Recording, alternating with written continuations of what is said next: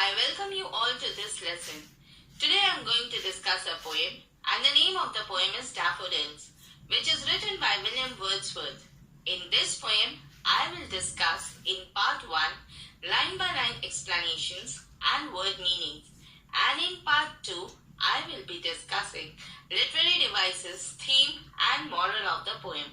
So here I begin. First of all, I will discuss the title of the poem, that is Daffodils. This poem Daffodils is also known by the title I Wandered Lonely as a Cloud. It is a lyrical poem which was written in 1804. It was published in 1815 in collected poems with 4 stanzas. The title Daffodil is a simple word that reminds us of the arrival of the spring, when the field is full of daffodils. Daffodils are yellow flowers having an amazing shape and beautiful fragrance. A bunch of daffodils symbolizes the joy and happiness of life. The daffodils is the national flower of Wales. It symbolizes good luck, prosperity, and good fortune. Now I will tell you something about the poet William Wordsworth. William Wordsworth was a major English romantic poet who with Samuel Taylor Coleridge helped to launch the Romantic Age English literature with their joint publication Lyrical Ballads in 1798. He was born on 7th April 1770 in England and died at the age of 80 on 23rd April 1850 in England. He is remembered as a poet of spiritual and etymological speculation, a poet concerned with the human relationship to nature.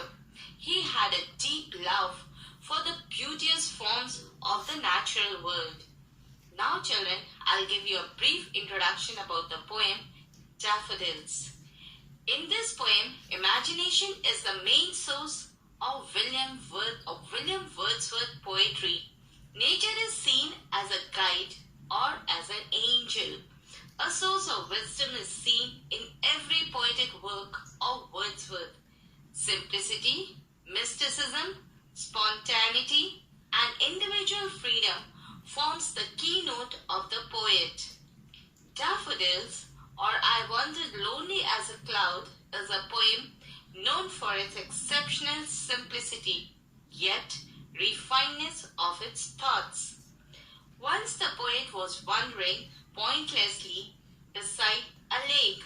He was all alone to wander freely akin to a patch of clouds floating in the sky. Over the valleys and the hills, suddenly he could view a large number of daffodils gathered by the side of the lake. They were sheltered under a growing tree. The daffodils resembles the color of gold according to the poet, and the airy breeze made them wave and dance, rejoice and play.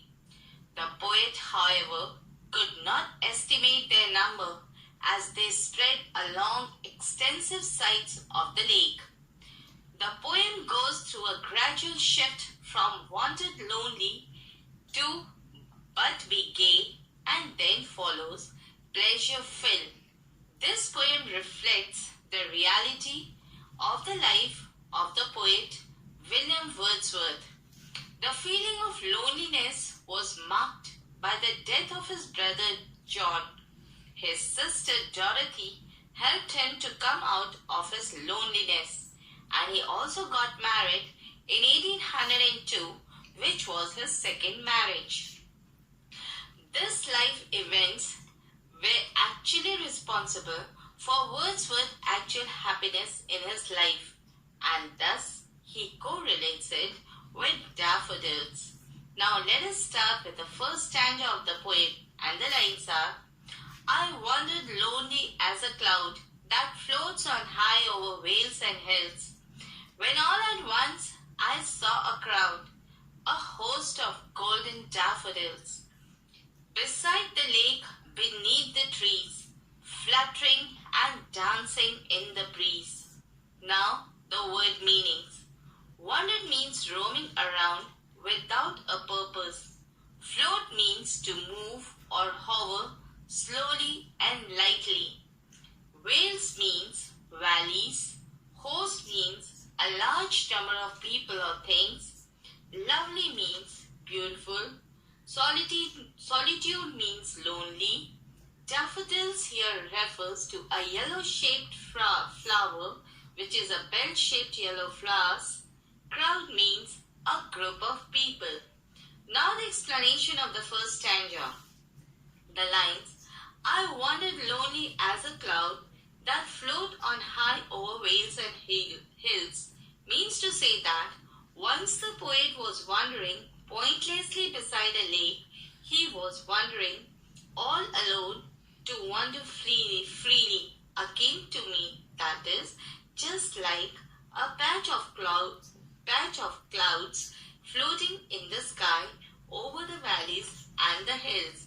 Now the question arises, are the clouds lonely? Well, maybe the ones that floats over valleys and hills.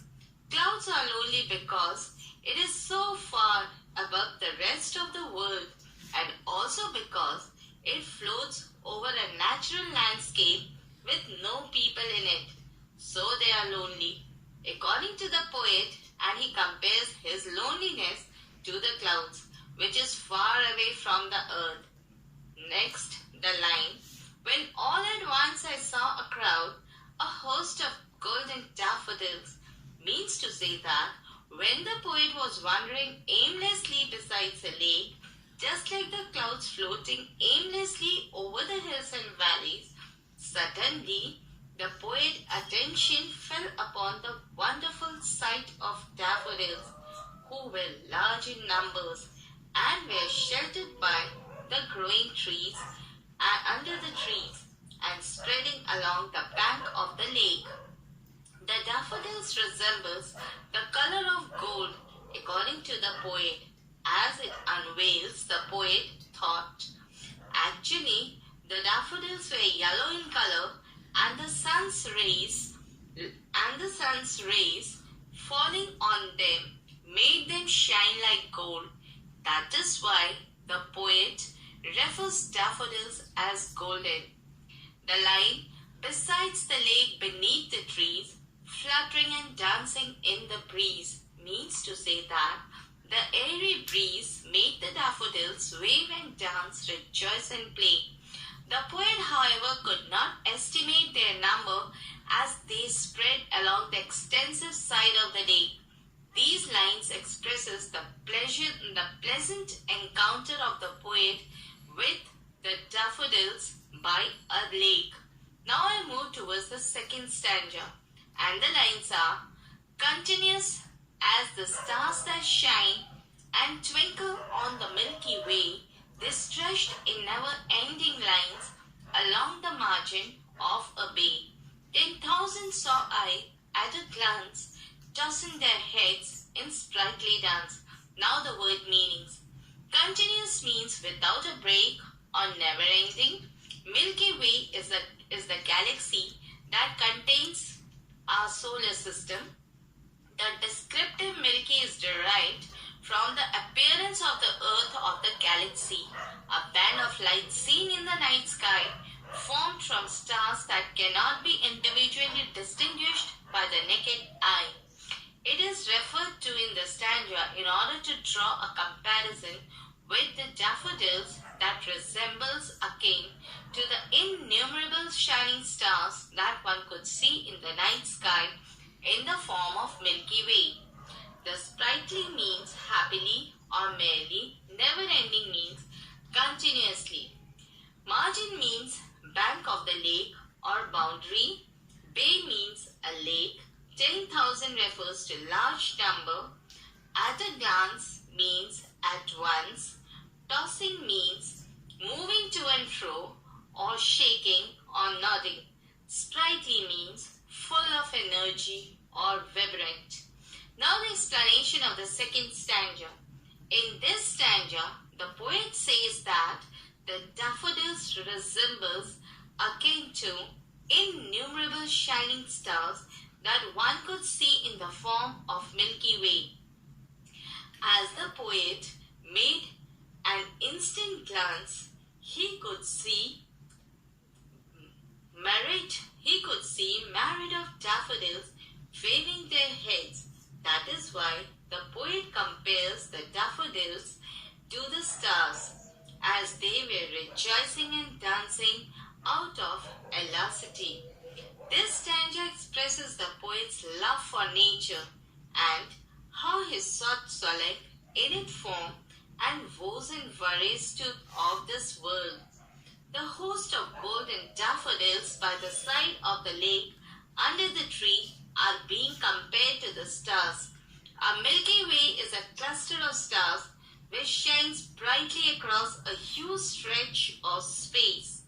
Similarly, like the stars in a Milky Way, the poet feels that the daffodils are not only unaccountable, but also they are dancing with full of energy and joy in never-ending line along the margin of the lake.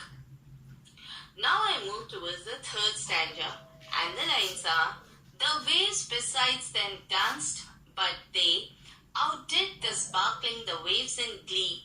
A poet could not but be gay in such a jocund company. I gazed and gazed, but little thought what wealth the show to me had brought. Now the word meanings. The word beside means near or by the side of or next. Them refers to certain people, animals or things. Here daffodils.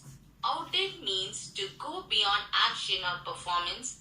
Surpassed. Sparkling means shining. Glee means delight or happiness. Gay means happy or joyful. Jocund means joy and carefree or cheerful. Gazed means looked at. Admire refers to the looked at and admired. Wealth is referred to the wealth of joy and happiness, which actually comes from happy and fond memories when the poet saw a host of golden daffodils by the side of the lake and beneath the trees. Now the explanation of the third stanza. In this stanza, the poet says that the waves also danced in the breeze, but the daffodil seems happier than the waves. The waves were sparkling, which creates another association with the stars. Everything seems to be gleaming and twinkling and shining and sparkling. Here the comparison between the beauty of happiness of daffodils with those of the waves of the lakes has been stated, but the performance of daffodils was better than the waves of the lake. Here, children, we can also understand the term outdid. In this way, supposing you are watching a cricket match and in it you compare the score of two cricketers. Supposing Virat Kohli scored 80 runs and Hardik Pandya scored 60 runs. So you can say, children, that Virat Kohli outdid Hardik Pandya. Although all players performed well. Now we can see that despite the poet's loneliness, we can't help but feel happy with such a beautiful vision to look at. He feels that the flowers as well as the waves are his companions. He kept on looking the amazing daffodils and did not seem to realize how valuable that sight was. The poet was susceptible to natural grace, could not help but feel happy in the presence of such beautiful flowers. He gazed at them, hardly knowing what enormous treasure he was accumulating in his mind. Now let us move towards the fourth stanza. For underlines are, for oft when on my couch I lie, in vacant or in pensive mood, they flash upon that inward eye, which is the bliss of solitude. And then my heart with pleasure fills and dances with the daffodils. Now the word meaning. Oft means often. Vacant means empty. When the poet is not thinking.